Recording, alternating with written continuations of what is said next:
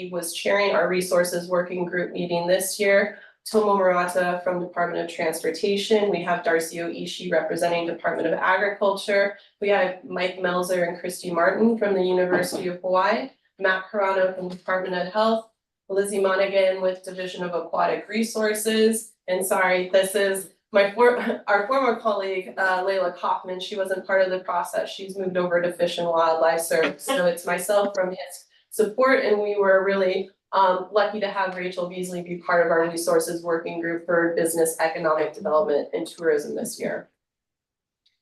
The timeline begins right at the tail end of legislative session. We kind of start this process up and we put the RFP out to potential applicants. They have around a month to submit applications. It's done through a Google form application. It's a very simple form, but asks for, executive summary, deliverables, and definitely how do they meet the funding priorities, which I'll highlight in a second here.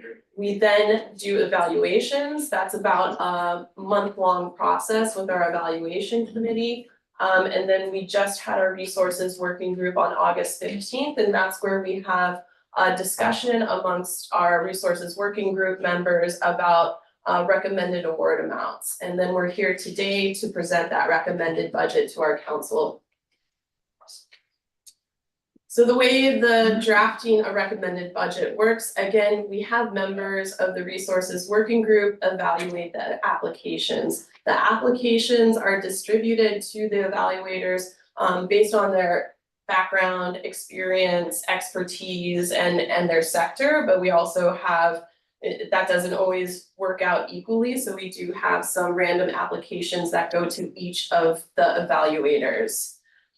Final application scores are entered into a resources working group spreadsheet, and that ultimately ranks applications from the lowest to the highest scoring. The formula in the spreadsheet generates a recommended award amount that is based on the score of their application, the requested amount that they put in, and then how much funding we have available of HIS funds in that year. The resources working group meeting is really put together to produce a final recommendation, which we're going to be presenting to you today. And it's really structured primarily as a discussion amongst the members, but we do invite the applicants to attend that meeting if there are questions from members of the resources working group that could help us ultimately determine what the recommended award amounts are. And then ultimately the council members have the final review and approval of that budget. So scoring, getting a little bit more into the scoring and how that works. The applications, the most points you can get are how the application meets the funding priorities. Those are based on actions and strategies outlined in the Hawaii Interagency Biosecurity Plan, and then our HISC-CGAS 2025 Joint Strategy, which is built in support of our biosecurity plan. You can get additional points just showing relevance to sector. If you are hitting multiple sectors, like your project is supporting invasive species, control for agriculture and natural resources, any of those sectors, you can get more points, so 1 point each for that. Also, if you can demonstrate that you have leveraged funding, that also gets additional points. So the scoring is based out of 57 points total, and that's what ultimately gets entered into the resources working group spreadsheet that provides us with a recommended award amount. As I mentioned, funding priorities aren't just pulled out of thin air. They're based on the strategies that we have in existence and that were part of multi-stakeholder meetings, discussions, and as Chair knows, development of our Hawaii Interagency Biosecurity Plan. And then we developed our 5-year strategy based on what are the highest priorities that we want to work on. Trying to listen to us.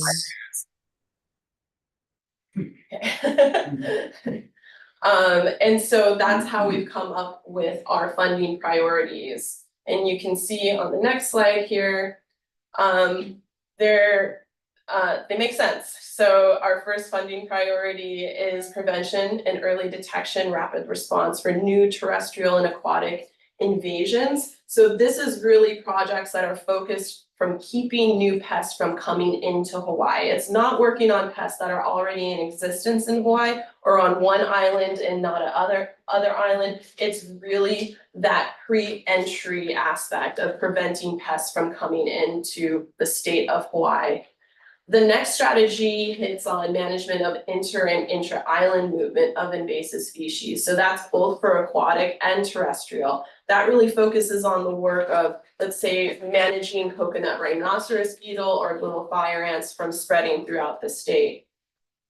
Implementation of large-scale control of widespread high-impact invasive species. This doesn't include classical biocontrol because we have that integrated into the next funding priority, but this one is really trying to bolster more tools, technology, and implementation ultimately of large-scale control tools that could really manage those widespread, widely established pests. The next one is increasing Pacific regional biocontrol research and capacity. And the last funding priority is maintaining an engaged and supportive community. Any questions on the process before? I'll take little breaks in the presentation, which isn't very long, but before we actually get into fiscal year 2025. No. Great.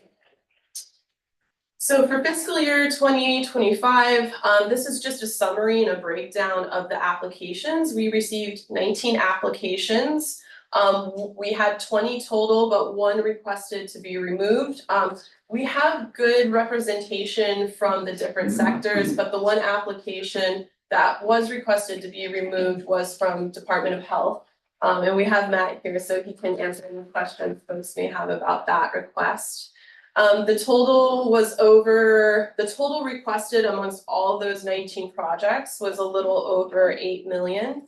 We had 2 aquatics proposals, 6 research requests, and I tend to think of these as they're very species specific. And then 11 multi-pest proposals or programmatic asks. So those are the Island Invasive Species Committees, the coordinating group on alien pest species. And I will, as we present the recommended budget, I'll go through each of these applications and just provide a summary of what this application was asking for. Okay, I do want to talk a little bit about this 19 applications, because if you look at the number of submissions over time, it's gone down. This is the lowest year we've had of applications. We've typically had around just a little over 50 applications on average per year, but that's been dropping in the last few fiscal years. We do know some things of why this is happening. And these are positive things. We've been able to find additional sources of funding. Definitely federal funding has been really great these last few years through REPI, the Forest Service, and other projects. So we've been able to support projects, for instance, USDA Forest Service, which always submits several projects to support biocontrol research. So we've been able to support that project with REPI funds for the next 2 to 3 years, which is really great. And that's why we didn't see applications this year. We've definitely seen a decrease in research applications. There are assumptions on why we're not seeing so many research applications. It could be because a lot of funding does go to the programmatic asks. And in the past, a lot of research proposals have scored low, so they've been zeroed out or received a very low amount of funding.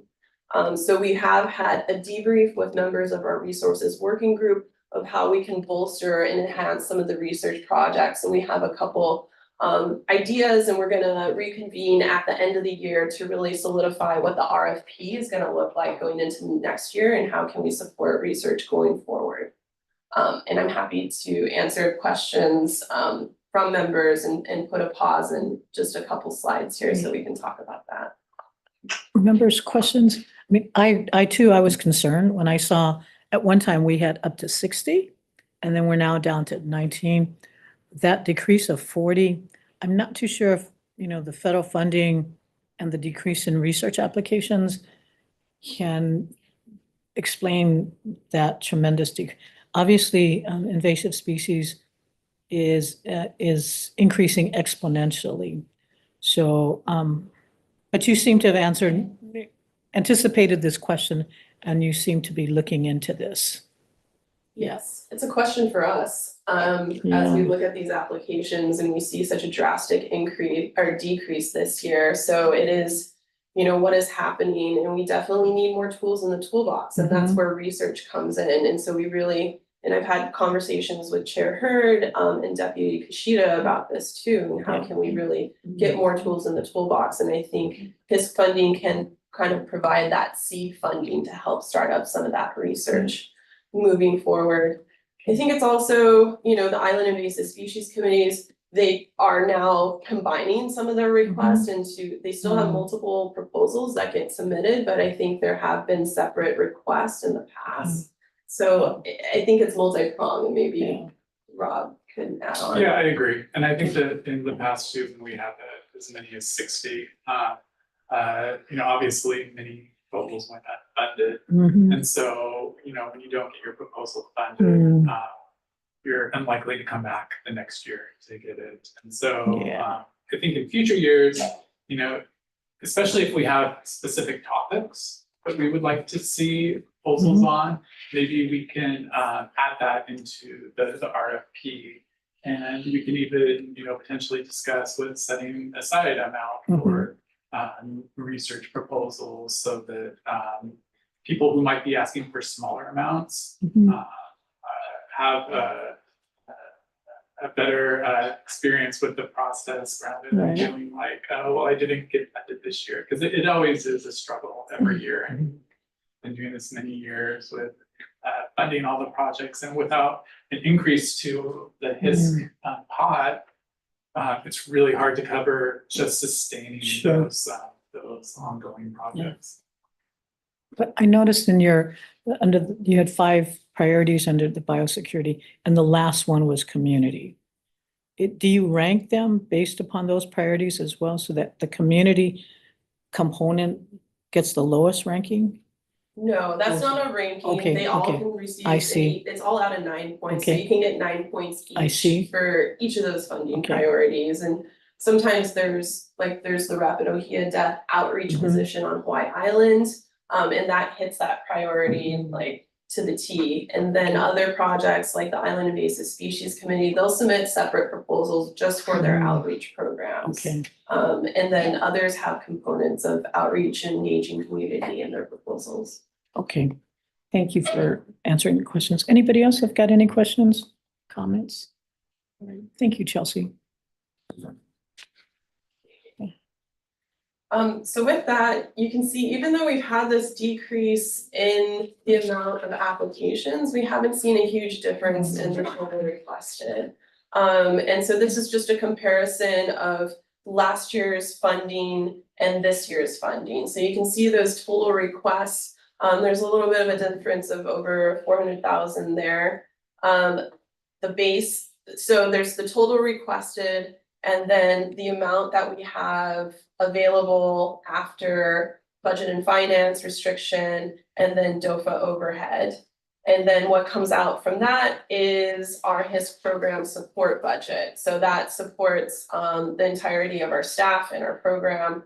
And then this year, which is different from last year, is we're also incorporating the ports of entry monitoring program budget. It's a very low cost program, but has a lot of benefits. And I have a separate slide just to talk about what that is. This is because we had congressionally directed spending in FY22 that's expiring at the end of this month.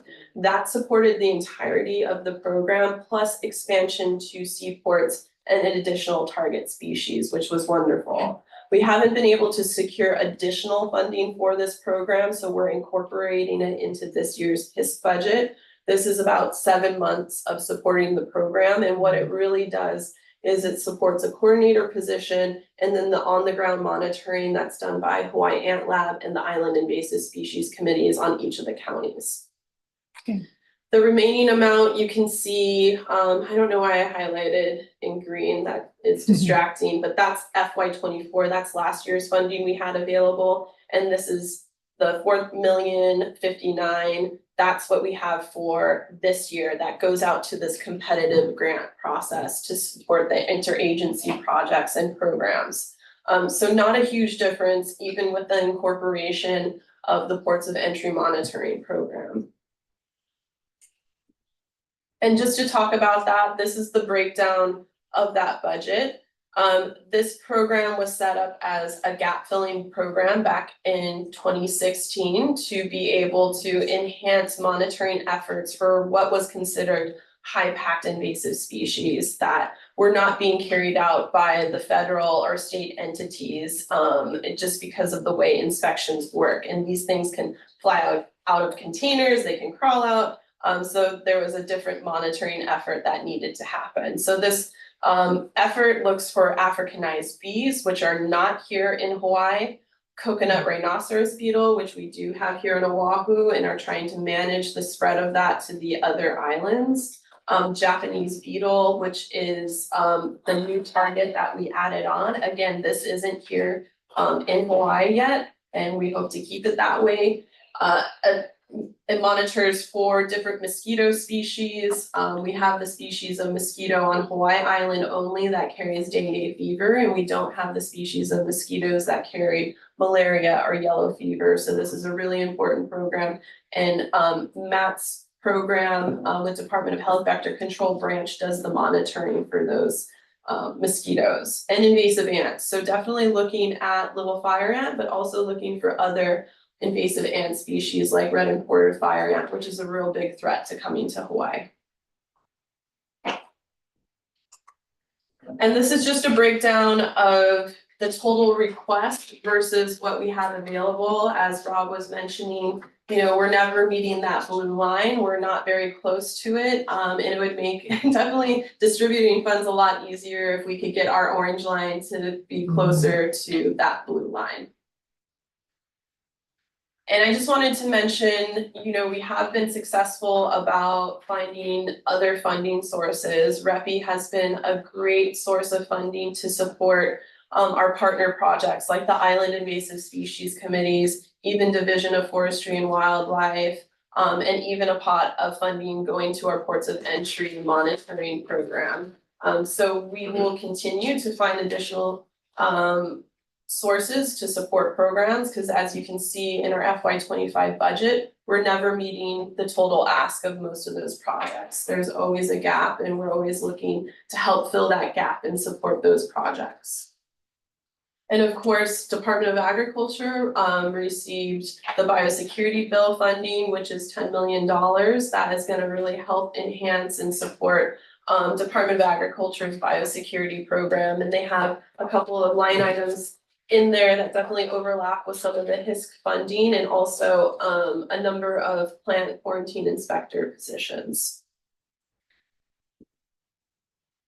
And I'll pass it back over to you, Chair, before I get into the actual submittal and the breakdown of the FY 25 revenue budget. Thank you very much, Chelsea and Rob, for the presentation. Council members, do you have any questions for either staff? Okay. Seeing none, do we have any questions from members in the room?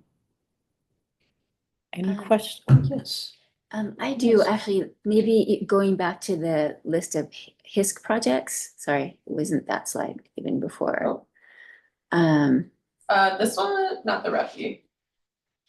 Do we have a list of what was funded? Or maybe That's the I'm gonna go into section. that, yeah. I'll wait. This is the macro view. I'm just wait. I'm like, I missed it somehow. No, you're ahead of us. You're ahead of us. Okay. No problem. Anybody on online in Zoom have any questions up to now in the presentation before Chelsea gets into the actual itemization of the awards? Okay. Okay. Is it Kimiona? Kimiona? Yeah. Yes, go ahead. Aloha, Chair. Thank Aloha. you very much for the time to speak. Mahalo, Chelsea, for the opportunity to review the information provided. As far as the presentation goes and the bill, I'm just curious, we've recognized that invasive species do not select a county versus a state. And I'm just wondering how much collaboration can take place at the county level as well now. We've talked quite substantially about state-funded and state-focused entities. And I'm just curious if the HISC has considered now maybe ramping up the relationships at the county level as well, to bring in some leadership from that and think about some of the potential funding sources that could come from a county level place. Additionally, I just want to call attention to, Chair, the recognition, I think, from the public, for myself, I'll speak for myself, is just we have a university here in Hawaii that is at the top of research, and it just pulls on my heartstrings that we're not tasking them as a state entity who funds them to do more research, to do more work. And it just, I want to see more from the University of Hawaii, and I'm wondering how we make that take place through the HISC. So just two recognitions that I want to share for the group at this time, and I'll wait for the end to testify on the other comments. Mahalo for the time to speak. I appreciate that, Kimiona. Do you have any suggestions about how do we motivate UH? I do, actually. They're not going to like it, but I'm happy to have some conversations. Don't worry. But yeah, I'm happy to. I think we as a community, we have to hold UH accountable to better practices. And I think as a legislature, we should be calling on them much more candidly, like straightforward, having some of those really tough discussions about what kind of research is being done. And truthfully, how does it serve Hawaii first? And then how does it serve the world? I think we're a little lopsided when we bring so many people here to do research, and then it doesn't really circle back to Hawaii first. And that's just, it's a personal opinion, but I think we're getting the junk end of the stick with the investments there. And so I do have a lot of thoughts I could share at this time or at a later time. Happy to be in any conversations that work and develop a relationship with UH to be a better research model for us, or for us to choose a different one. They don't have to be the sole research provider. We have other institutions here that could be leading the way in research as well. So, mahalo. No, very good. I appreciate that comment. Any other comments? I mean, I will, here at DLNR, we're really promoting Aina-based Indigenous knowledge. And I noticed there really is no, we're not well, at least I don't see any participation from that level. And I think what we're finding is Indigenous knowledge that's based upon sort of, a long-term observations, and that may provide some valuable insight into how historically island communities have dealt with challenges, whether they're invasive species or climate. And I recognize that these invasive species that we have now are some things unique, and perhaps we've never done that before. But I think it would be interesting to engage with that community about considering presenting some applications, taking that viewpoint, and encouraging them to participate. Because sometimes I think we don't have to go abroad to find solutions for our local community. We have to just sort of solicit and engage them in a way that creates the invitation to participate. Don't ask me where they are or who they are, but I think that they must be out there someplace that they know of maybe some more alternative ways of dealing with these species. Okay, any other comments? Okay. Chair, may I respond to the question about the UH? Yes, yeah, of course. I was hoping you would respond. Go ahead. So as you know, I'm the new dean for CTAR. I have been discussing with our faculty to expand our efforts towards invasive species. This is one of the biggest challenges we have, and it's not a new challenge. It's been going on for a while. So I've set up a kind of like a workforce, a task force group that we have started to brainstorm as to what additional research that we can do. There is a number of faculty that are working on different aspects of the control of the invasive species. We are not at the front end where the pests are coming in. That is, faculty feel that that's not their responsibility. But in terms of once the pests are here, developing control methods and providing new technology and or methods is what they work on right now. I've been trying to kind of move them to think about how we can contribute further into, when on the port of the entry, some innovative ways how we can contribute. I just wanted to respond to that we are aware of it and we would like to do more. And hopefully we can contribute more. Thank you so much, Parwinder. I think that Kimiona, they've heard you. So I think they're working on it. So thank you. Mahalo, Anybody Chair. else? Mahalo for the response. I look forward to engaging with you, sir. Thank you. Thank you, Very Kimona. good. Any other comments? Okay. Seeing none, Chelsea, you want to proceed with the specific projects or your next? So the next slides are presenting our FY25 recommended budget that came out of our evaluations and the discussion at our resources working group meeting on August 15th. What I'll present are the 19 applications. They're ranked from lowest to highest. But I would say with ranking, it doesn't discredit the merit of any of these projects.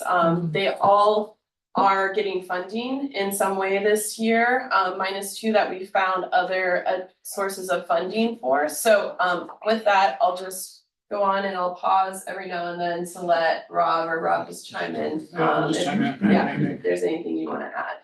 Okay, so the first project was tracking the spread of the Ramie moth, a pest of mamaki and other nettles in Hawaii. This is a University of Hawaii project with the PI of Martin Wright. And the total request for this project was a little over 71,000. The recommended award amount is a little over almost 21,000. And this is a continuing project that HISC has been supporting for a few years now. And they've been really monitoring the spread of this pest that attacks mamaki and now and also seeing what other plants in the nettle family it might attack. And just checking on the distribution. It was first discovered on, I think on Maui actually, and then it's also on Hawaii Island. So just checking the distribution of that. And so with that project, last year they received almost 19,000. So this recommended award amount is around that same amount from last year.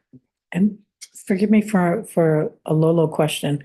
So is the ranking, is 1 the highest and 19 the lowest, or 19 the highest? 19 Okay, the okay. lowest, yeah. 19, So okay. these are going from lowest to Okay, highest okay. scoring, yeah. Okay. The next one is outreach and extension for management of rapid ohia death on Hawaii Island. This is 6 months support for the outreach specialist that's located on Hawaii Island that's doing a lot of that work with the communities and at events, educating them on the importance of ohia and the impacts of rapid ohia death. That total request was for around 54,000, and we are supporting that project with almost 18,000. The next project is development of environmental DNA tool for early detection of invasives and monitoring for a spread of eunomia, which is an invasive coral in Hawaii. This was a new project. It was put forward by the Hawaii Institute of Marine Biology under the University of Hawaii. The initial request was 132,511. And I should say, pretty much with all these projects, one of the questions on the application is your project scalable? Meaning, is any amount of funding helpful? Pretty much all the projects selected, yes, it's scalable. Any amount is appreciated. That's not the word in there, but any amount is useful. But for this project, they said anything less than 50% of their request to remove their application. Through the discussions at the resources working group, we talked about this project specifically. The great thing is we've been able to secure REPI funding to support a large portion of this project. And this additional amount, even though it doesn't meet that 50% scalability, with the combination of the REPI funds and this award amount, they'll be able to do some great work for eDNA, not just for Eunomia, but for other invasive marine species. The next project is detection and management strategies for the control of two-line spittlebug in Hawaii. We, as HISC, had a meeting with leadership at Department of Agriculture, because if you remember from the biosecurity bill, there's a line item of $600,000 to support two-line spittlebug. So Department of Agriculture has committed $200,000 to supporting Mark Thorne's research, who is the PI for this application. And that's in line with what HISC supported last year. Was we supported his project at $200,000. And this is going on, I think, 3 or 4 years of HISC supporting the two-line spittlebug research under Mark Thorne's lab. The next project is optimizing screening for invasive honeybee pests and diseases. This is under the University of Hawaii and carried out by the PI Ethel Villalobos, who is actually part of our ports of entry monitoring program, because she really does the genetic work to identify whether a swarm has the genes of Africanized honeybees, because you can't tell by just looking at the bees. You need to do this genetic work to know if it's Africanized bee. So her lab has been essential to that project. We have funding to support her lab through REPI. So that's why this amount is zeroed out. There was another component to this project of working on with beekeepers and being able to sample bees from their hives. There's a little bit more footwork that needs to be done to make that project effective. So we're supporting just the ports of entry work that that lab has been doing. Okay. Moving forward, the next project is the Oahu Invasive Species Committee. This is their early detection, rapid response, and priority pest control. This is supporting their work on Tibicina. No, this is little fire ant, coqui frogs, and that type of early detection pest control work. Their total request was a little over $450,000, and we're awarding around $195,000 for that project. The next one is Big Island Invasive Species Committee. This is their community engagement program. This total request was a little over $450,000, and we're awarding that project a little over $200,000. The next project is again from the Oahu Invasive Species Committee, and you'll see that the Island Invasive Species Committee submit at least 2 applications, some of them 3 applications, to separate out some of the pests from their weed control projects. So this is the Oahu Invasive Species Committee, high priority weed control. It includes species like Myconia, Tibicina, devilweed that they're working on. This was for a little over $1 million. The recommended award amount is a little over $400,000 for that project. Moving on to Maui Nui, this supports both the Maui Invasive Species Committee and Molokai Invasive Species Committee, and this is their outreach community engagement program. The request for this was $200,000, and they're receiving $89,000 for that project. And moving down again with the outreach program for Oahu Invasive Species Committee, this is around $357,000. The recommended award amount is $165,000. And the next project, this is demonstrating the efficacy of large-scale mosquito control using BTI larvicide to facilitate the recovery of native Hawaiian forest birds. This is put forward by Department of Land and Natural Resources, Forestry and Wildlife. This project has leveraged funding where they're able to go and implement the BTI larvicide. And this is really a project while we're waiting for Wolbachia and this landscape level mosquito control to come online. This is a project to help suppress some of the mosquito populations and kind of work in conjunction, and in the meantime, until we get that tool up and going. And so this project has received a large amount of funding to actually implement and get the larvicide out. And what his funds are supporting is the monitoring effort to check the efficacy and also some outreach component over on Kauai. And that one, we are fully funding that one. It was our only mosquito project this year, so we wanted to make an extra effort to fully support that moving forward, and just knowing the extinction rate and the timeline of these birds.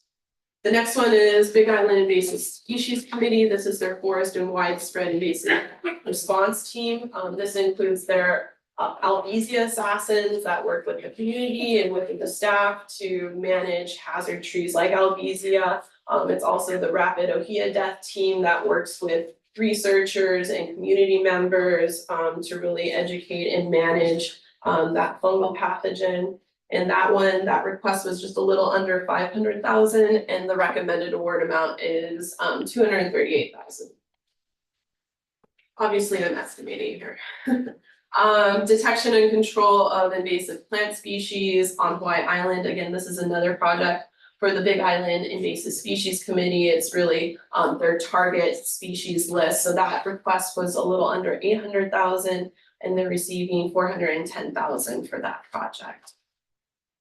Moving on to Kauai, we have their Kauai Invasive Species Committee, Early Detection, Rapid Response and Control. That is for all their target species and their field staff and support. So that's a little over 1 million, and they're receiving just under 600,000. And then their outreach program, that request was for 222,000, and the recommended award amount is for 118,000. The last 4 projects are from, the first one is the ballast water and hole fouling. This is with Division of Aquatic Resources. This is funding the planner position, so it doubles the capacity of the ballast water and hole fouling program with Division of Forestry and Wildlife. That's just the right-hand person to the coordinator of that program. I think last year and maybe the year before, we've been fully funding this position. It's somebody in that position, and without that funding, they would probably have to furlough or lay that person off. And it's a very critical position for that program. The next one is the coordinating group on alien pest species. That request was for a little over 85,000, and the recommended award amount is just under 53,000. And that program works on outreach, engagement, communications across the state, and is really the lead with campaigns like Stop the Ag campaign. And they're going to be working on, I think, a Don't Let It Loose aquarium aquatic campaign in the next year. Detection and control of invasive species in Maui County. This is again Maui Invasive Species Committee and the Molokai Invasive Species Committee. That request was for 750,000. The recommended award amount is just under 636,000. And the last project, which we didn't have a submission last year, is for the statewide little fire ant mitigation. This is from the Hawaii Ant Lab. That request was for a total of $1 million and supporting that program with a recommended award amount of 670,000. That program last year had a separate appropriation, thanks to the legislators, to support the Hawaii Ant Lab. That was 500,000, and we were able to find additional support for the program through the Forest Service and Department of Land and Natural Resource, Forestry and Wildlife funding. Okay, that's me droning on for a while. So I'll pass it back over to, actually, I just want to quickly lay out that when we do talk about the Island Invasive Species Committees, because they do have programmatic asks that are larger than a lot of the smaller projects, they're also soft funded, so they have to start from zero every year with their funding and secure funding for the entirety of their program. They're not institutionalized under anybody. Even with HISC funding, they have to go through the competitive grants process, so nothing is guaranteed in their book of what's gonna be happening. And when we talk about their funding with the resources working group, we tend to combine all their proposed amounts and talk about the amounts with kind of, we try to get it to around the same amount of funding that they received in the previous year. And this is because our funding hasn't increased, it also hasn't decreased. So we like to see a balanced budget and trying to keep award amounts around the same. This year, Maui Invasive Species Committee, Molokai Invasive Species Committee took a hit. They have a deficit of around 100,000, and we're gonna be working, in the wings to try to make up that deficit. And that goes for other projects too that are priority and we're not able to meet that total requested amount. Do you have anything to add? No. With that, I'm happy to answer questions and then also pass it over to you, Chair, for questions and the recommendations of the submittal. Okay, council members, do you have any questions of Chelsea on the presentation?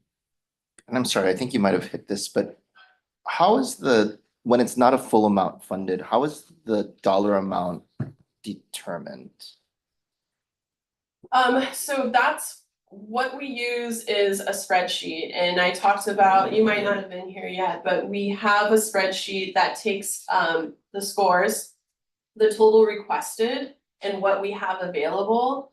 And it goes into an equation that spits out a baseline of what the recommended award amount is. That's just to get us started on our conversations. And sometimes when we come, and that's why we have the resources working group meeting. And if you've come to those, things can change significantly based off those numbers and what priorities we have and asking questions of the applicants. So we use that formula to just get the conversation started. And then during that discussion, we'll go through and we'll highlight, well, we see this as a priority. We'd like to increase this amount. But that means somebody else is gonna have to be decreased. So this is kind of the process that we go through that discussion at that meeting. Sorry, follow-up question, Chair. No, please. And it might be silly, but does anybody ever say never mind? Like, we have 75,000, we're gonna give you, never mind, I don't want it. Does that ever happen or no? Like, there's never a minimum viable, okay, there is, because, because if, right, I mean, in my head is, there's sort of this minimum amount before, I just can't do the project. Right. Liability.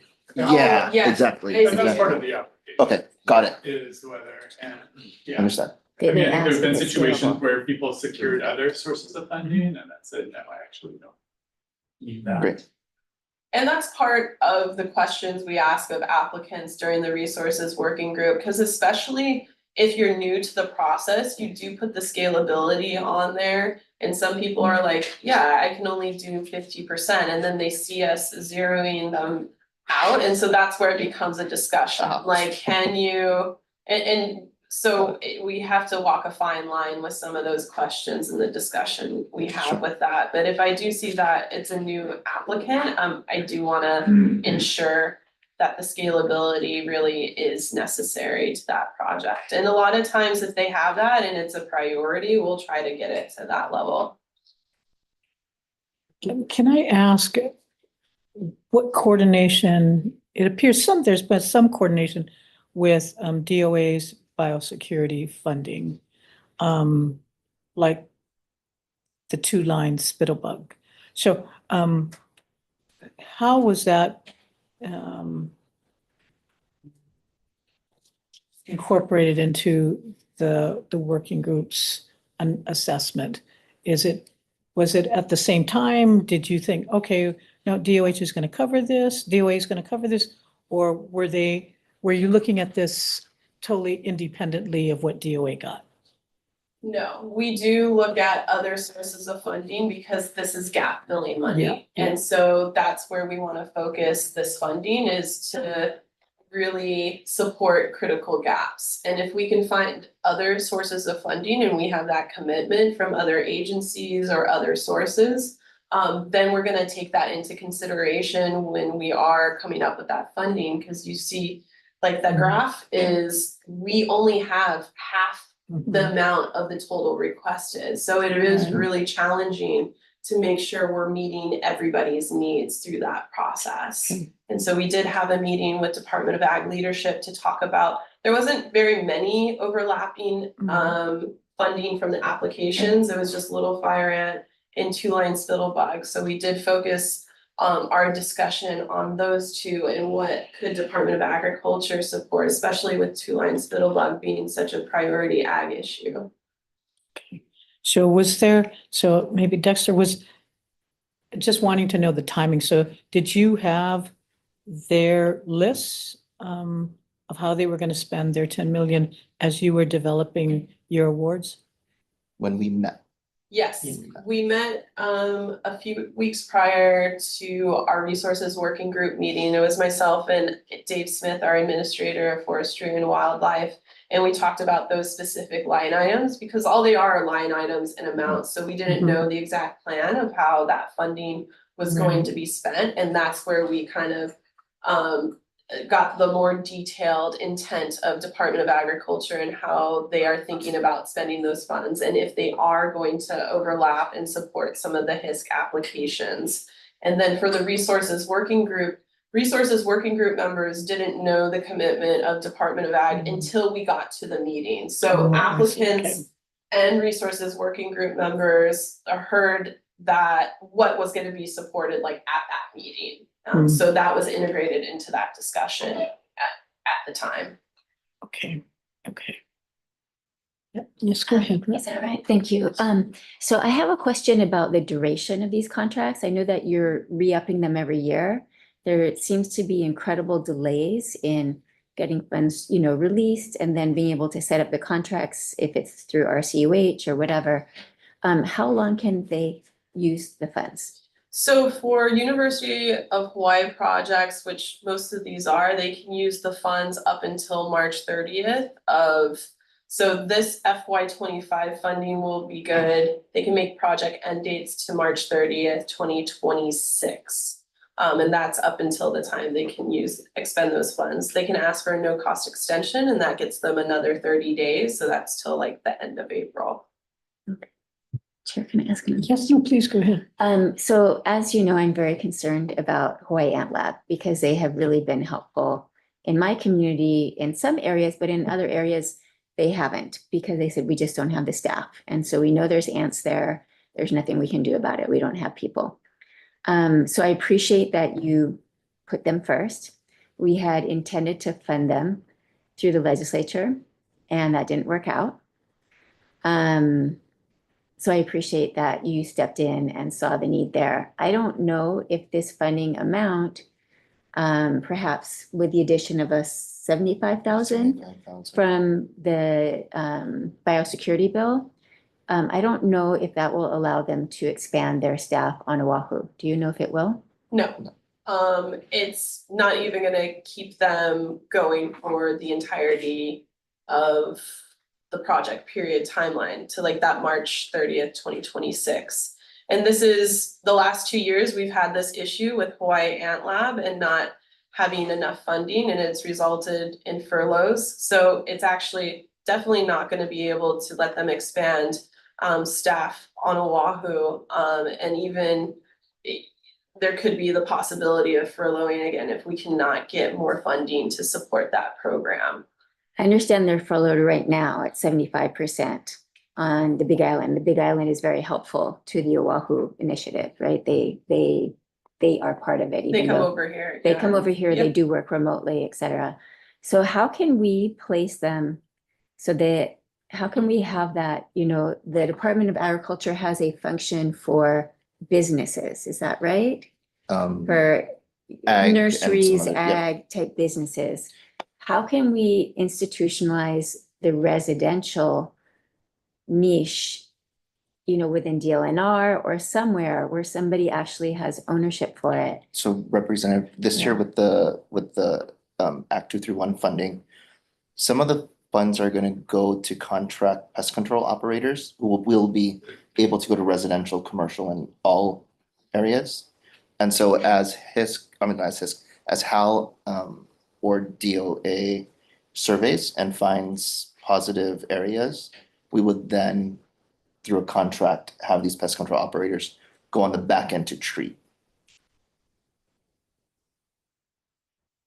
Okay, but that doesn't answer, I appreciate that. Sure. I do really appreciate that. That doesn't answer my question is how we can make them, if they need to be more fully part of DLNR or, you know, somebody take ownership of that function so that they are not, you know, subject to the whims of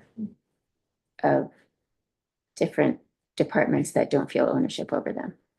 Yes, agreed, and I think it gets into some of these critical programs that are soft funded and struggle year to year to fund their entire program, let alone expand their program for the growing amount of invasive species that need to be controlled.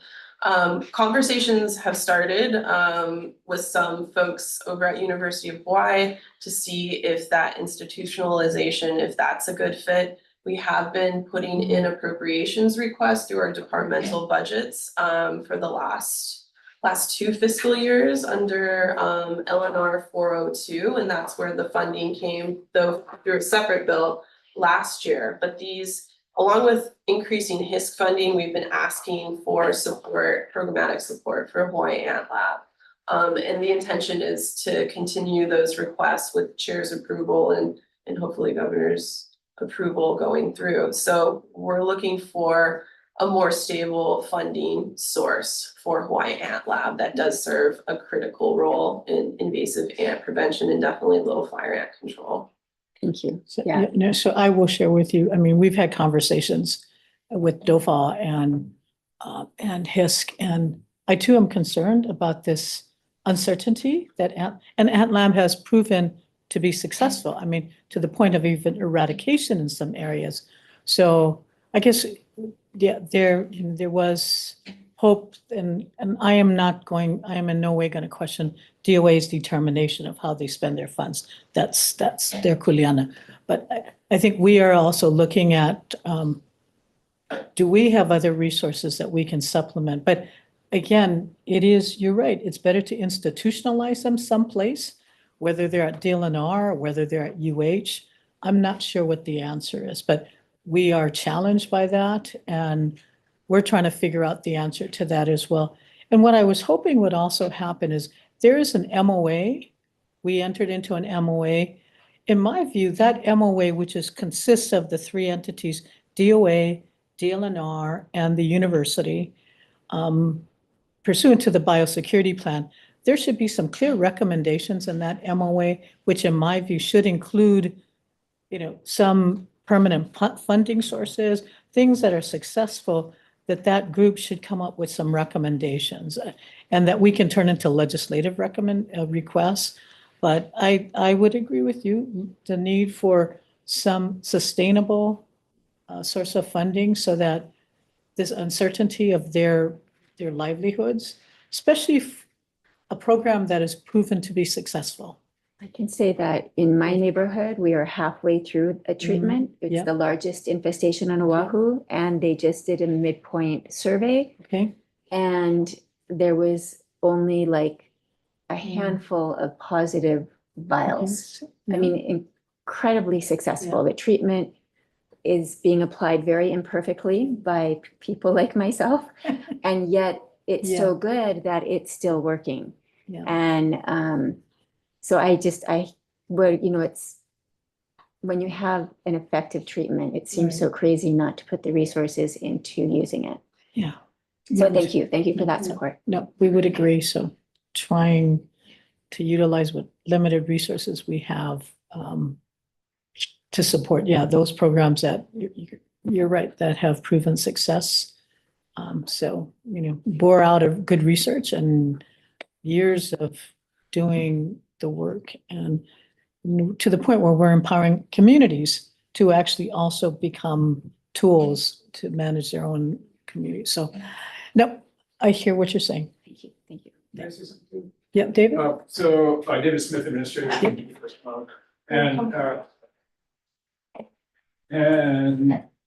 sit there. Yeah, so we did request a line item this year for Hawai'i Ant Lab that didn't survive the budgeting process. And we also requested doubling of the HIS budget, which would allow us to fully fund all of these awards. So those are the efforts that we've been making. Right. We really need a double budget for HIS. And it's pretty clear every time. So that's something that I think going forward, Right. we really need recurring funding that doubles the funding. That would help us out with a lot of these projects. I mean, we're forced to make really hard choices on a lot of really good projects, and you know, we spread it around the best we can, but there's always you know, it's just hard. We can provide partial funding, but it would really help out. And invasive species is one of those things where it's a lot cheaper to pay up front and do prevention than to come back around and deal with the economic benefits or economic impacts on the back end. So I know you're well aware of that. Yeah. Just wanted to throw those two. Yeah, no, I appreciate that. And so, I mean, I think our preference is that money be appropriated to HISC and not necessarily to DLNR or to UH, because HISC is really designed to fill that gap, and their specialty is invasive species. So Is that's, it through HISC though? Is it like, if it's DLNR, can it be at least for multi-year as opposed to this 1 year at a time with so much uncertainty and then red tape trying to get positions and funding? I mean, is there a more stable way to do it? That's something we discussed, because the watershed partnership protection grant, they operate on a biennium just like the legislature does. And so they're similar to HISC, where they support the watershed partnerships across the state and what they do. And so whatever in that new year, whatever they award to the watershed partnership, they'll get into that second year. So it does provide, you know what you're gonna be getting into the next year. And we've had that conversation in the past, and decided against that because things change so much with invasive species from year to year. And sometimes you have a huge infestation that pops up on Kauai, and now Kauai Invasive Species Committee needs to enhance their budget. And just like Dave was saying, we just don't have the room to move funds aside. Everything's so tight and we're cutting funding. So we don't have the ability to kind of put funding aside in a just in case scenario. But I totally hear you when you're We saying. wanted to structure it similar to what we have with the fire program. So the fire program, our response costs vary every year. And what the legislature does is they fund us at a set level every year, recurring funds. And then on years when the response costs are lower, then we can go out and get upgrade our fire equipment. And do some resuppression, and so it allows it a little bit of float. If it's really high one year, you spend it all on response, and if it's low, we can get equipment and work more on prevention. And we'd like to have something similar to that with HISC, where we could set aside a certain amount for rapid response. We could put out a bunch of money on grants, but then we could have this pool of fund that would allow us to be more responsive. And so with additional funding, that would allow us to have that sort of setup.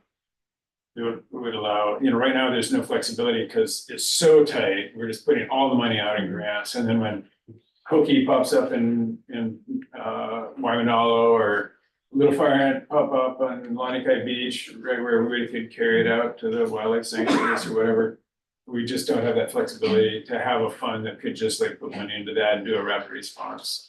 That would be one of the things that we could do if we got that additional funding is set up, that a little bit of a float in there. And then later in the year, when it looks like everything's good, then we can come in at the end and try to more fully fund some of these other projects that we had to give partial funding to.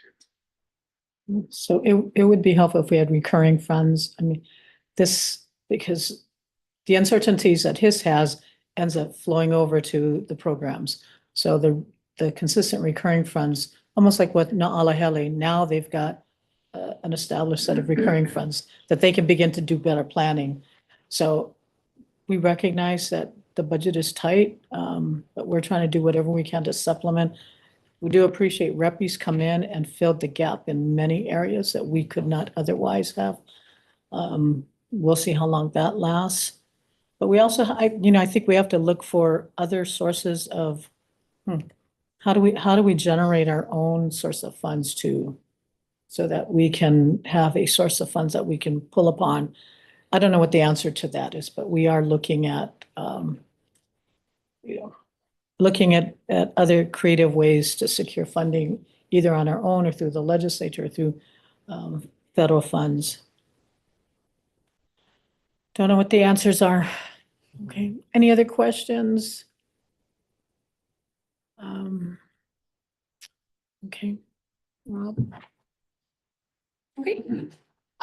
Well, I can read the submittal and then turn it back over to Okay. you, Chair, to, Yeah. The recommendations? yeah, Yeah. to open it up for questions, and then I know we had some Yeah, some submitted testimony right. on this. So under the submittal, we are asking the council to approve the FY 25 budget for HISC support and interagency budget for invasive species projects and programs recommended by the Resources Working Group. It's provided in attachment 1 of the meeting packet and the submittal. That should the Department of Budget and Finance make any changes to the restriction or expenditures, the HISC delegate authority to the HISC support staff to identify the best way to apply additional restrictions to project funds, or to identify best uses of any released funds. And that if there are any changes in scope or implementation of projects over the course of the year, the council delegate authority to HISC support staff to make adjustments to project funds or reassign project funds from any project that does not proceed in a timely manner. Okay, thank you very much for the presentation and recommendations. I'm now going to, if the council has no other questions, I'm going to open it up to public comments. If anybody here would like to come up, I know we have received some written testimony, but if any members of the public here would like to provide us comments, please come forward. Yes, Nicole?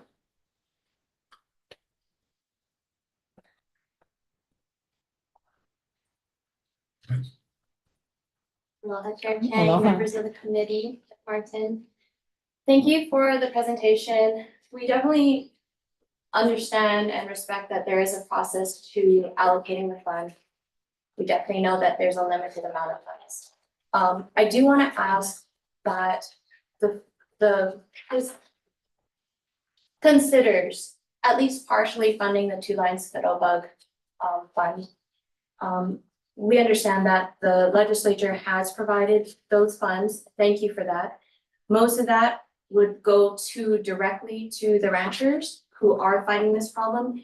But those ranchers are looking at their section of land. The University of Hawai'i, which is a research project from the UH that has been successful. It's been proven to be successful. If you look at it, $200,000 that would come from the legislature, that's only about a third of what they're asking for. We thank you for the funds that were given in the previous years, but even in those previous years, it meant that they were basically bare bones, really limping along. But even with that limited amount of funds, they were able to be successful.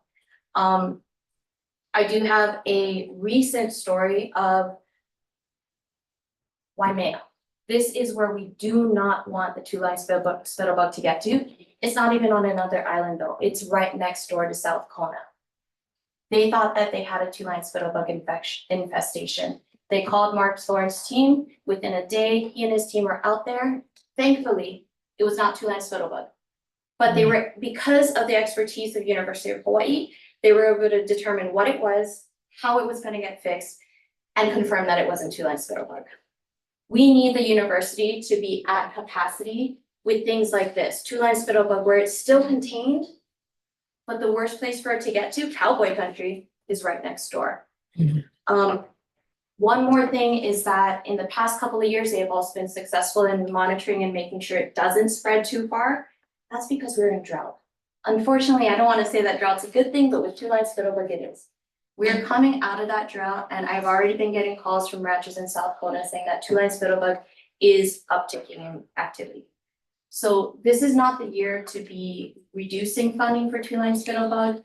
We would hope that the funds from DOA through the legislature could supplement some funds from this. So instead of zeroing out, we do ask you respectfully if you would consider partially funding it. Thank you so much. Thank you I'm very sorry, much. Nicole Galasius, Yeah. Managing Director of Hawai'i Campus Council. No, thank you very much, Nicole. David? No, um, any other comments or testimony from people in the room? Okay, I'm gonna go online. Oh, No, yes. yeah, no. Anybody on Zoom would like to, oh, I see. Kimiona? Aloha, Chair. Go ahead. Council members, mahalo nui. Thank you for the opportunity to speak. I submitted written testimony both in my individual capacity as well as in my role as the neighborhood board chair. And I am just following up on some of the questions. If there's going to be any response to the questions, either here in the meeting, or should I anticipate any response from the HISC in an email, firstly. If there is going to be an email, I'm not going to go through the written testimony, Chair, just for time and respect of the members that are there. But I do want to raise attention to just the deeply concerned, the deep concern I have about HAL's funding, and recognizing the Department of Ag being in the room and being a part of the team. I really want to advocate for HAL stronger, to ensure that we are taking the necessary steps funding wise to ensure that they are sticking around. I fear for the reality that HAL might not be present in a few years, and that's hugely a challenge for us as we deal with the unknowns that LFA is actively, particularly here on Oahu. But I fear like if we don't address it ahead of it, we're going to be a situation like our ohana on the Hawai'i island.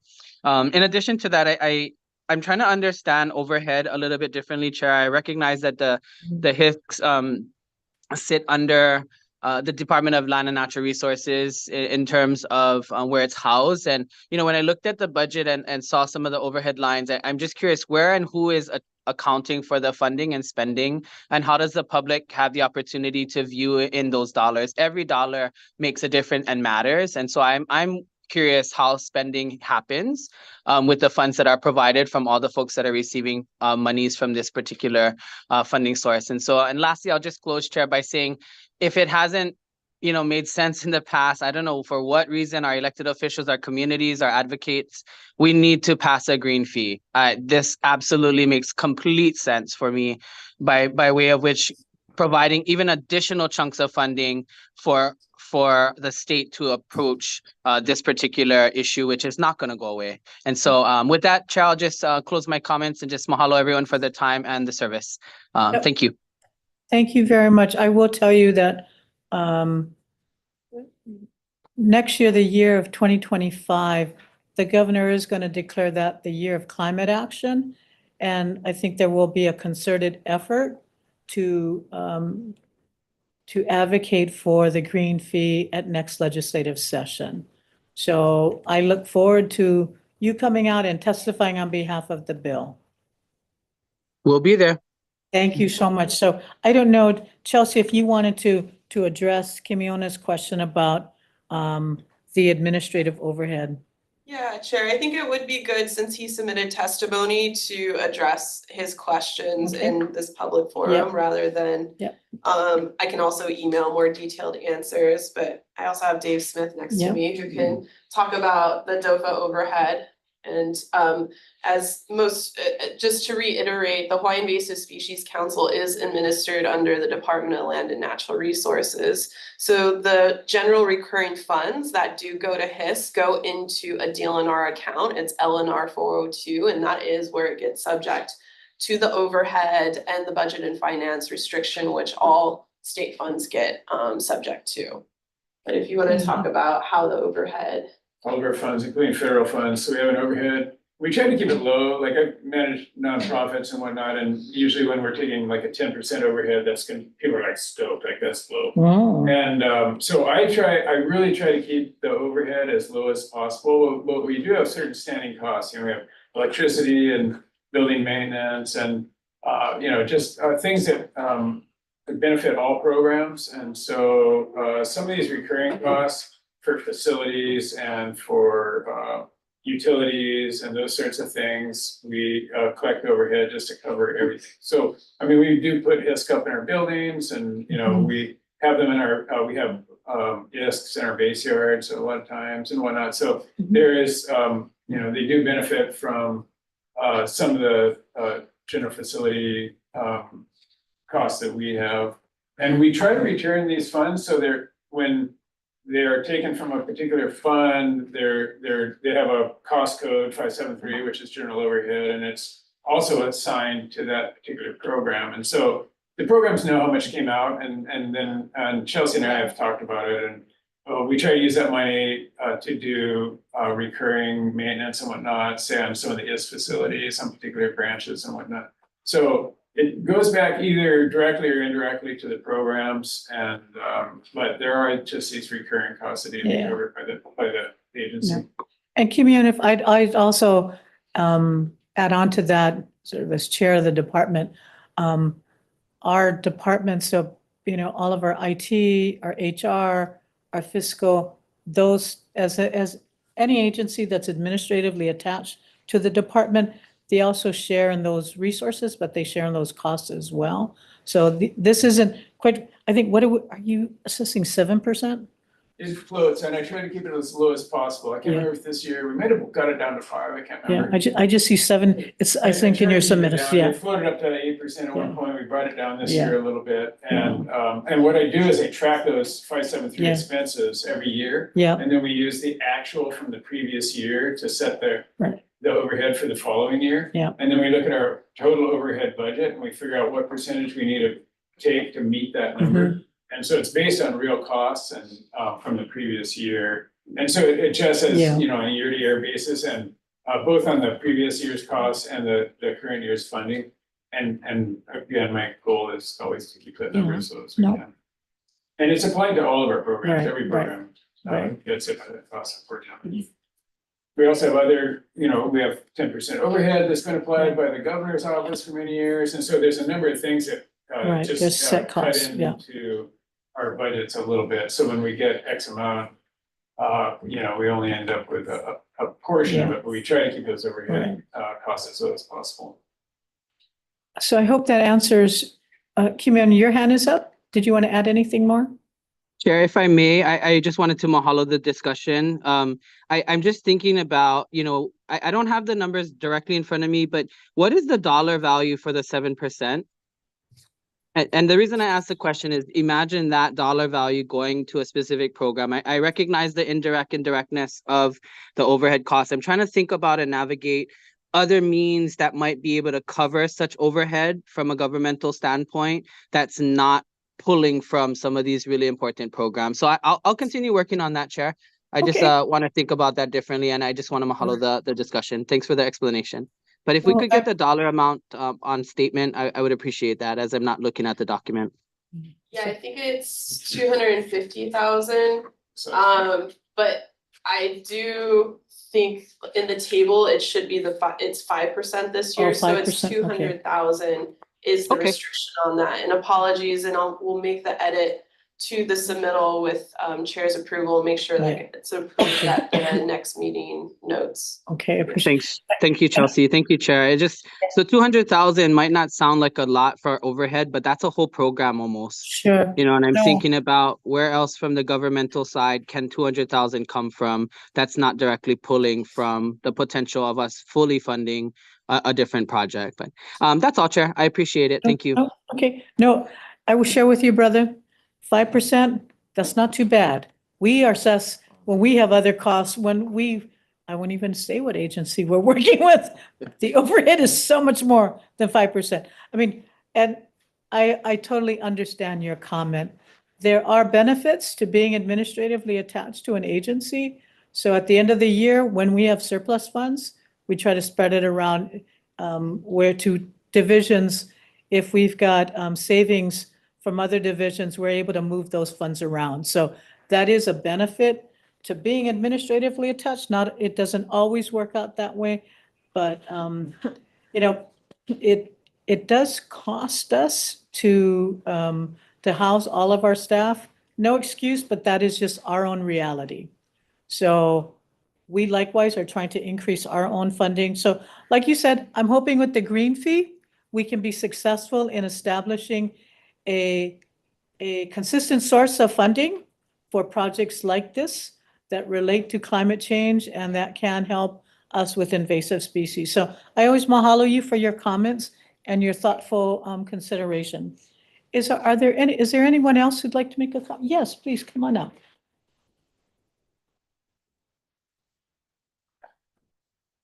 Aloha, Tia Aloha. Carmen with the Maui Invasive Species Yes. Committee. And I first want to mahalo all of you for your work on the Invasive Species, Hawaii Invasive Species Council, as well as to the Resources Working Group for the challenging task of going through all those proposals and making those hard decisions. It is a bit of a, as Chelsea described, it's a little bit of a messy project and process, but it is also the most transparent and inclusive one that I've seen for allocating funds. And also really want to thank Chelsea and Rob for their leadership in getting us all through this. I want to note that, and also I want to appreciate Chelsea's comment as she noted that Maui invasive species and MOMASC are getting less this year, but by 100,000 and over the compared to over the past 6 years what we've received. So we are hopeful that if there is any surplus that we would definitely consider our work. I also want to note the comment about looking to the counties to help. One of the reasons that we've been as successful as we have is because Maui County is so supportive.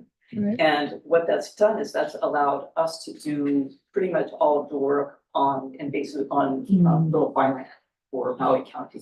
If that was not the case, we would be asking for more help from Hawaii and Lab. And so I don't know what you as a council can do to work with the other counties to encourage their contributions, but that would help a lot. That is another source of funding. And Maui County, I know you've heard it before, but far and above other counties' funds, not just invasive species, but the watershed partnerships as well. And so that helps everybody. So if we can get that kind of support, that would be helpful for all of us, and we're happy to help in that regard in the way we can. Thank you. I'm sure Maui County appreciates your comment. Thank you. Any other questions or any other comments? So Spittlebug, Nicole, so we didn't, and Chelsea, my recollection is the explanation for why we didn't provide any funds is because they are getting funds from DOA. Okay. And that's coming out of your 10 million, correct, Dexter? Yep. Okay. Yep. We had a $600,000 line item. Yes. And so 200 will go for his long-term project, Okay. and the rest will go to reimbursements. Okay. Any other questions or comments, members of the public? Seeing none, I'm going to close public comments. Board members, do you have any, are you ready for a motion? Motions? We have to approve this budget, right? We have to Yes, approve the grants? The Yeah, single yeah. recommendation. Yeah. Move to whatever. And Chair, I would say, just as a response to the testimony, from Cattlemen's Association is, if the council did want to provide some HISC funding to support, Mark Thorne's project for 2 Line Spittlebug, it would have to come at the cost of the other projects. Okay. It's doable, but if that's just what it would have to come to, as you know, Yeah. with the amount of funding we have, we don't have wiggle room Yeah. right now, and so it would be a matter of either going through all the projects and applying a percentage decrease to create some kind of leverage funding that would supplement with department bags. Yeah. Or another way that the council recommends. And am I correct to assume that if DOA didn't fund it at 600,000, then HISC would have put in a recommendation in the grant program to fund at least a portion of it? Yes, I would say confidently, but that Yeah. it's Okay. hard after the fact, but Sure. yes, we would have had the discussion amongst the resources working group members, and we would have come up with something, because again, this is gap filling funding, Yeah. and if there's no other source of funding to support this program, even partially, then that's what HISC funds are there for. Do you ever get applicants returning funds or saying they're not going to do their project? Yes, last year Hawaii Ant Lab put in funding for, working on a detector dog program, and they said that they were unable, they really needed to focus on operations, and so they requested to have their funds returned, but we basically just repackaged those and gave them for their on the ground operations, because they were still short funded, and that has happened in the past. We also funded them out of it. Didn't we give them G170 last year? Yeah, I would say Forestry and Wildlife basically supported the Hawaii Ant Lab through LNR 172 funds. Also, we were talking about the overhead and savings. We were able to give them, at the end of the fiscal year, additional funds to support their programs. So a lot of funding came through Forestry and Wildlife, just kind of piecing it together for their program. Yeah, that's my recollection. So that wouldn't have happened if you were not administratively attached. Yeah. So Kimiona, I mean, just a comment there that because the department did have some savings, we were able to provide funding, I think, to cover some of the other expenses. So, okay, so we don't know whether any funds are going to get attached, but I think we at least appreciated those who came here to provide testimony. And I think even on your recommendation, it says, if there are any changes in scope or implementation of projects, that the council will delegate to his support staff to appropriately redesignate those funds, right? Yes. Okay. That being said, council members, are you ready for a motion? So moved as stated. Okay, do I have a second? Second. Okay, a motion has been moved and seconded to approve staff's recommendations, 1, 2, and 3 to approve the FY25 budget for his support. All in favor, please say aye. Aye. Aye. And Parwent, okay, so we have a 1, 2, 3, 4, 5, 5 votes. Is that correct? That's it. Okay, so motion passes unanimously. Thank you very much. So with that being said, thank you so much for the presentation. The next agenda item is agenda item number requesting approval of fiscal year FY25. Wait, this is for the budget? That's the budget as well? Public comments? Any other public comments? Thank you very much. We do have a hand raised online Oh, for okay. Kimiona, and he did submit written comments Okay. for the public comment section. Okay, Kimiona, go ahead. Chair, Good. again, mahalo Yes. nui, Kimiona Kane of Waimanalo. In my role as the neighborhood board chair, just wanting to follow up on the conversations that have kind of gone a little empty on our side. I know Dexter and HDOA are working towards trying to get more information back to us, but we're looking for updates on LFA and CRB and this coqui frog infestation that continues to grow beyond control, it seems like right now.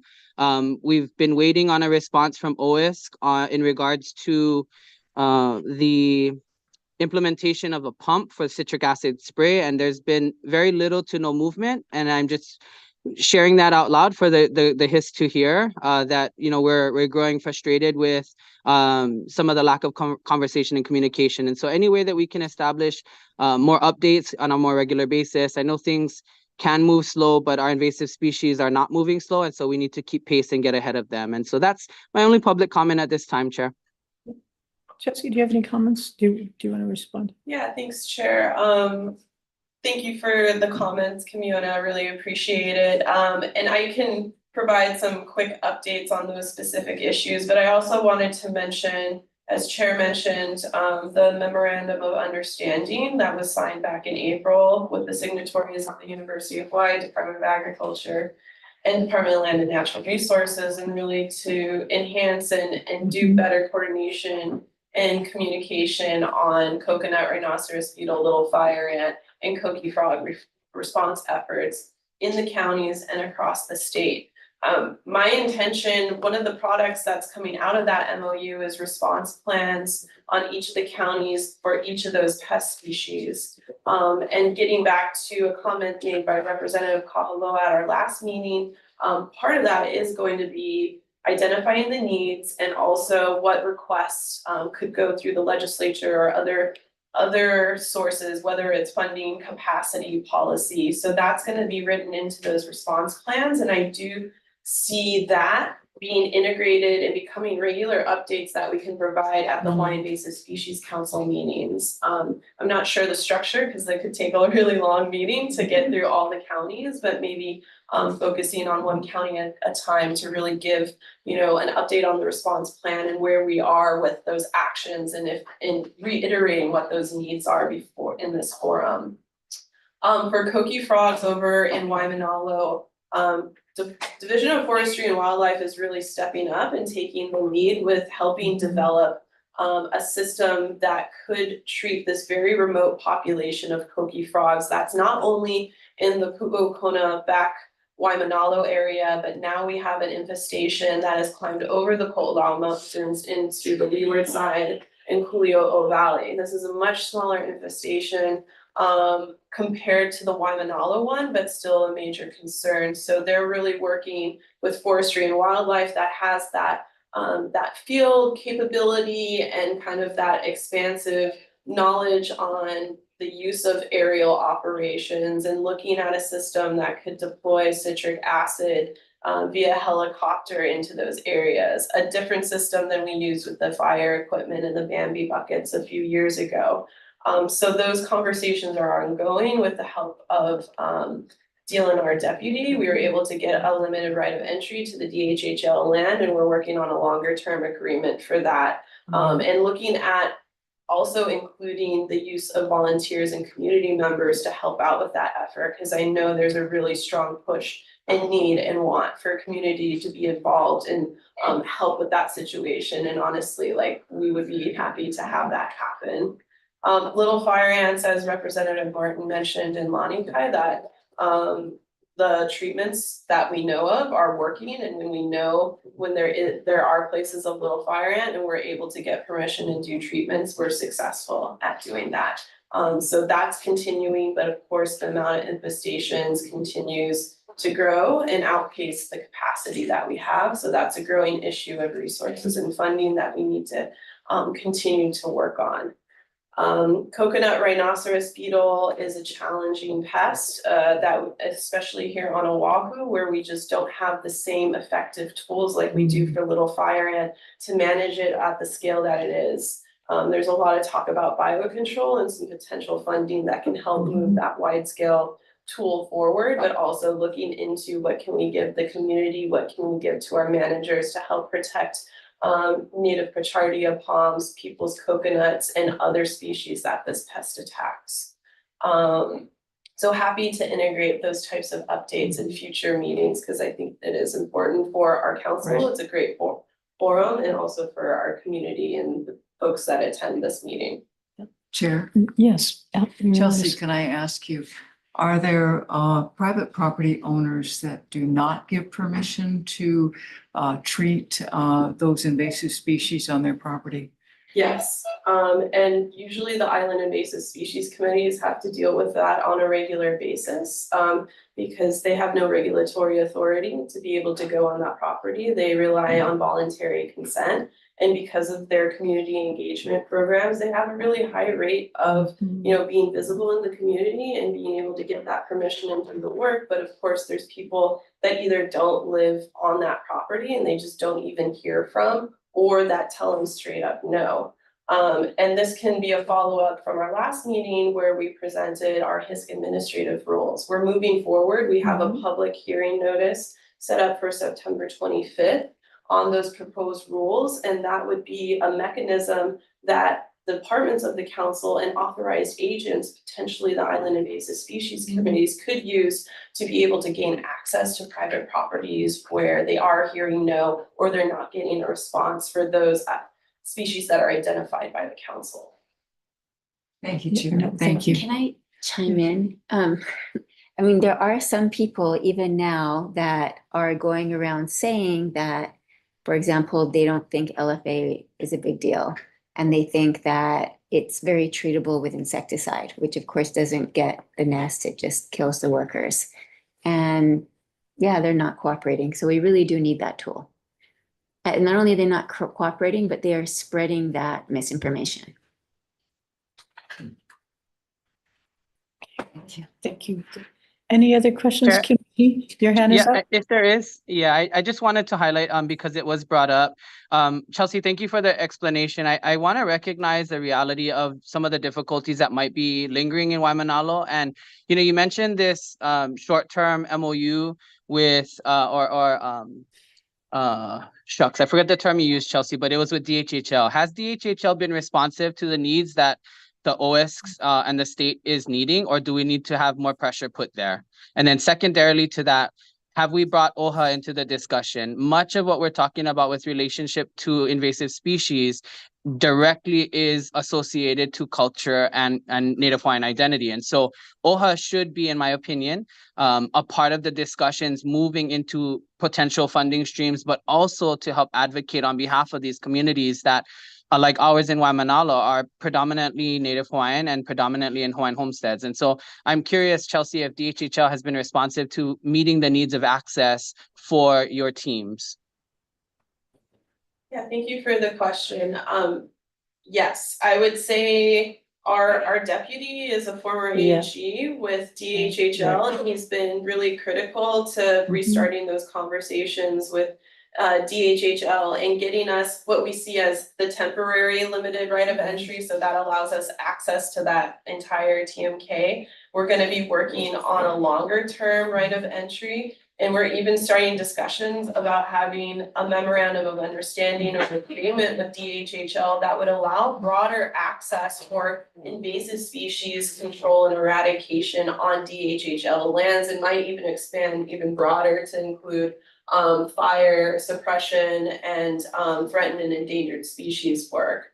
So those are ongoing conversations. We're kind of just doing what we need to do right now with the limited right of entry. And to, the Office of Hawaiian Affairs question, no, I haven't engaged with them, and I think that you're bringing up a great point, and would be happy to engage with them through the council or as his support staff, and have them come to the table.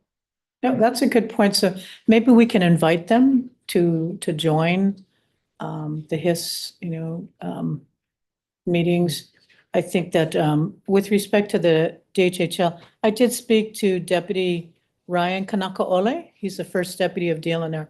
He did say that they secured the immediate right of entry to permit DOFA to go in and do the aerial spraying.